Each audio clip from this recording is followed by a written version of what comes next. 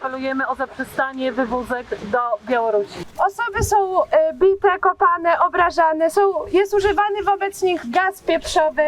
Ich telefony są niszczone, a rzeczy zabierane. Po białoruskiej stronie jest jeszcze gorzej. Oprócz doświadczania form przemocy fizycznej, jak również gwałtu, nie mają żadnego dostępu do pomocy humanitarnej. I'm a refugee from Afghanistan. Why I come here? Because of war. I'm asking. The NATO army have been for 20 years in Afghanistan. What they did? They just replaced the Taliban with the Taliban.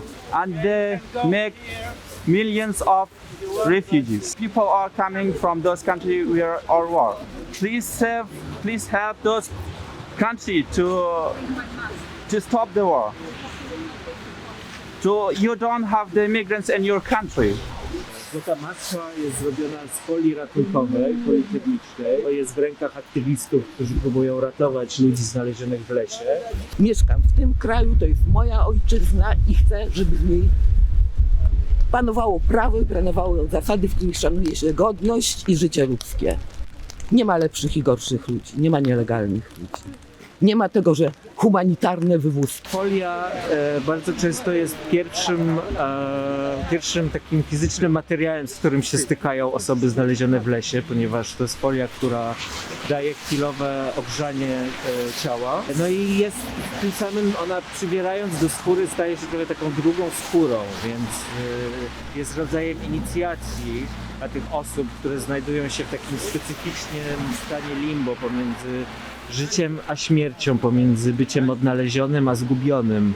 Więc ta maska powstała w hołdzie dla tych ludzi, dla ludzi, którym się udało przetrwać, dla ludzi, którym też się nie udało przetrwać, ponieważ jest to zarazem maska pośmiertna, ale jest to też maska ze świata żywych. Jakiej polityki ze strony rządu byście oczekiwali?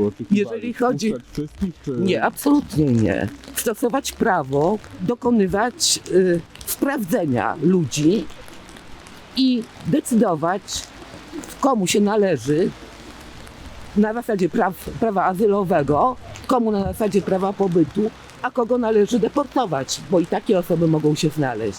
Natomiast absolutnie nie rozstrzegać tego w sposób zupełnie uznaniowy na granicy, wyrzucając na dodatek ludzi przez druty do kraju, który nie jest krajem demokratycznym, do kraju, który stosuje represje. Może to się po prostu politycznie nie opłaca. Z pewnością.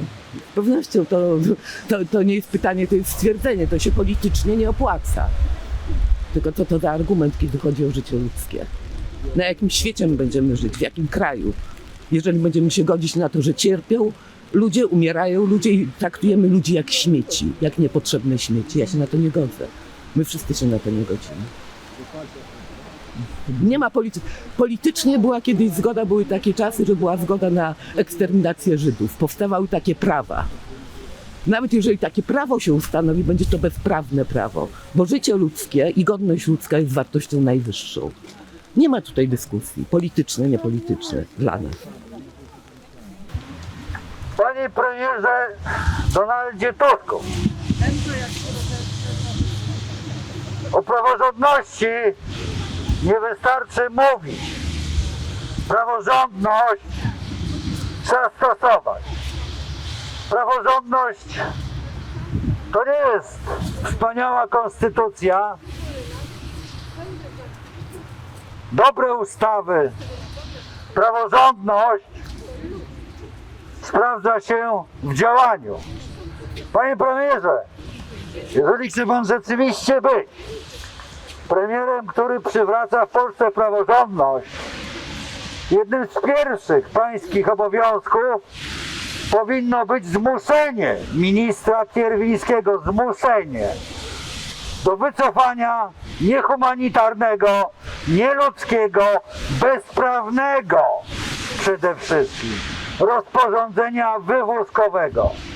Kolejnym pańskim krokiem powinno być zmuszenie prokuratora generalnego do wszczęcia postępowań karnych wobec wszystkich odpowiedzialnych za zbrodnie na granicy polskiej-białoruskiej.